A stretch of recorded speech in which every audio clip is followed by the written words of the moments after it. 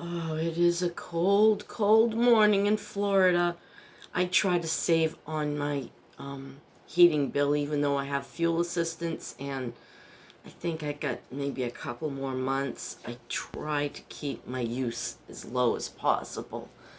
And it's 59 degrees in the trailer this morning because I have only the one small heater in the living room. And I did leave that on all night. It's pretty good too because it probably would have been 49 in here if I hadn't. I had my heater on in the bedroom very, very low, and it is freezing in there. Oh, my plants made it through. I had them up high and under the carport, except for the little northern pine, which is not a pine at all, actually. It's a plant. And what am I trying to say? They all survived. Even that survived, though its pot was on the concrete under the carport. Oh, my camera is not doing very well. I mean my phone in general. This morning it's making bizarre crackling noises, and just random pages are popping up. I don't know if them changing the screen is going to work. I'm going to bring it over, I guess, Monday, and see if they can repair it. So I don't know. I don't know. I might be able to make videos if they have to, send it away, or I don't know what T-Mobile does. Oh, my throat's so scratchy. Give me a minute. Let me check my coffee. I'm up very late. For me,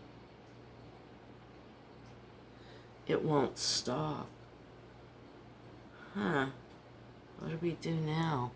Is it even... I don't even know if it's going. Well, this is a predicament. Come with. Let's see if I don't know if this is even working. Well, that's crazy, isn't it? There's nothing telling me how many minutes I've used or anything. Oh, good heavens. Coffee. Yay. I've been blue. I'm really blue. It's hard to make videos when you're so dang sad.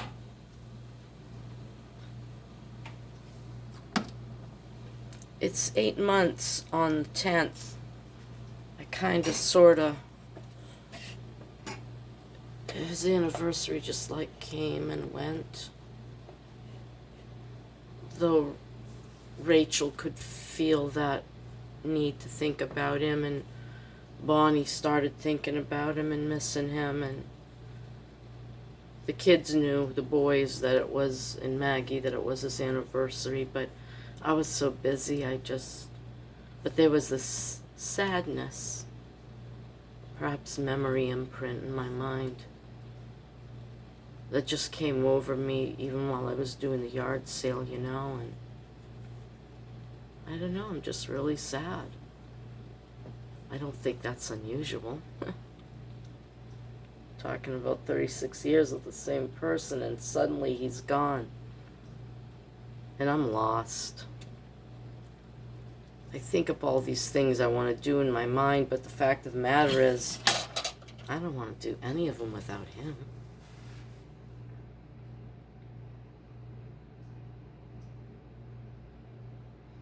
So maybe I'll tell a story. I was expecting his first baby, Dennis Jr., and I was having complications early on. A placenta previa, I'm not going to go into what that is because men or some women may get queasy, so let's not go there. And then there was his birth, Denny Jr.'s birth. I have a problem with what's called shoulder dystocia. 2 of my children out of 4 were a very dangerous birth. And after Bonnie's birth, he said, no more kids. He said, I don't want to lose you. But it was never me in jeopardy, though I suppose it could happen. It was always the babies in jeopardy. The head comes out and the shoulders get locked into the pelvis.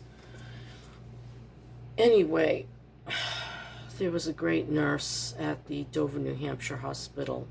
What does they call it? What was the name of that hospital? Wentworth Douglas. And she helped immensely to get him out, and he was so stunned, the baby, by the birth. He had no APGAR scores for 2 days. God bless him. He's normal. He's fine. Very intelligent. But it was scary, and then the next 6 months after his birth, hoping that, it didn't affect him losing oxygen like he did. And Bonnie was actually born still. And the midwife, a beautiful woman, revived her, took her right to the hospital because her arm got broken in trying to get her out. God bless that woman. Sandy, if you ever come across me and you're out there, I think of you all the time. All the time. I've been wanting to write you and tell you what happened, with Dennis, but I'm just too sad to even write the letter. So Denny Jr. was born, and when I was pregnant, one of my favorite memories is we had this little movie theater in Dover, New Hampshire, where we lived. And they would show old movies. It was like a discount movie place. You knew you could go there and see any of the older movies and any that had left the box office. They'd bring it to that little theater, the Strand in Dover, New Hampshire.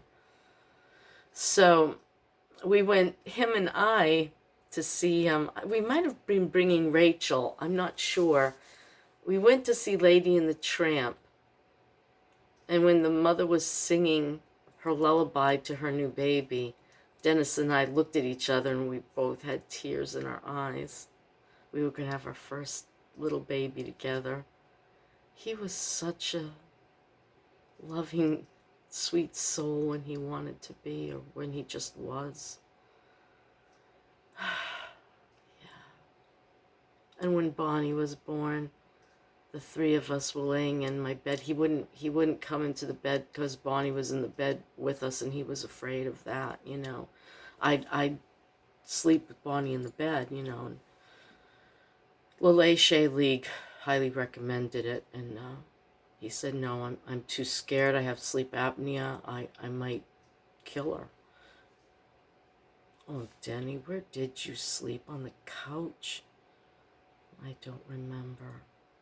But we were laying there after Bonnie was brought back from the hospital, and baby was in the middle. Dennis was on one side, I was on the other. And I looked at baby and I looked at him, and I just sighed this heavy, content sigh. And he kind of laughed.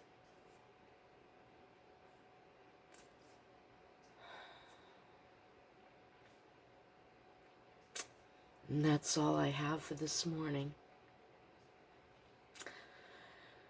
I hope this comes out. I don't know. And I'm sorry if it's sad, but I'm sad. That's my story, and I'm sticking to it. My camera's broken. Yep, my camera's broken. Wow. Wow.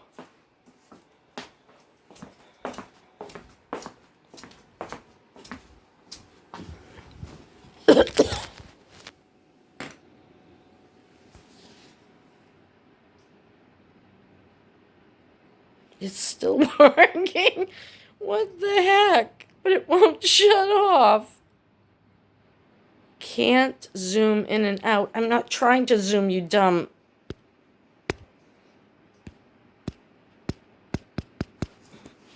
It's just going to keep running.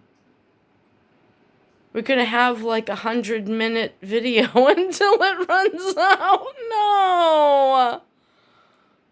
Oh, what do I do now? Let me try this. Okay, that won't work. Let me try this. Nope, that ain't going to work either. Well, folks. Well, at least that made me laugh. Oh, don't be like this. Don't be like this.